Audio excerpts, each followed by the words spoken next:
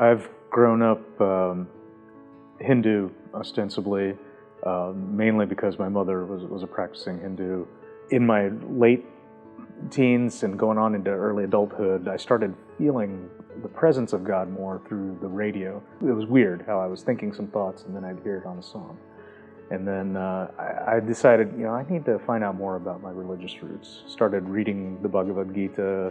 Ultimately, I experienced folks who were trying to get me to change to be a Christian, and I didn't understand why. What's the big deal here?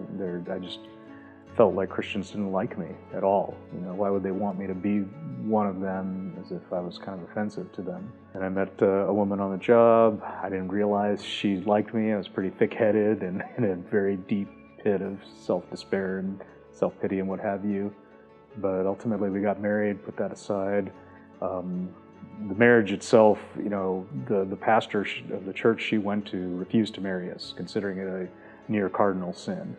That was really hard on her especially, whereas I'd come to accept that as typical of Christian attitude towards people who didn't believe the same thing they did. Started attending church with her because I wanted to just support her. I knew this was very important to her and I loved her. Ultimately went to a church in Ohio where a pastor reached out and said he was going to love me like a brother, even though I told him outright, I'm Hindu, I'm not Christian. And he had to hide me from members of his congregation, tell my wife to keep quiet about it, actually. Slowly, the Holy Spirit was working in me as I was reading scriptures and the gospel in particular.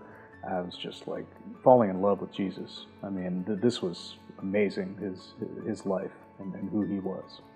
It ultimately came to that point where, after reading the book of Hebrews, that he's not just a God, He is the only God and the only intercessor for my sins, which it took me a long time to kind of get through my head. And as being a Hindu, the notion of sin is so, well expounded on and so critical to the Christian faith. So I came down and told my wife I want to get baptized. And I just sensed this peace that ultimately it's all going to be okay, even if there's some hard days ahead. I'm in seminary school now because I want to someday, live for Christ vocationally.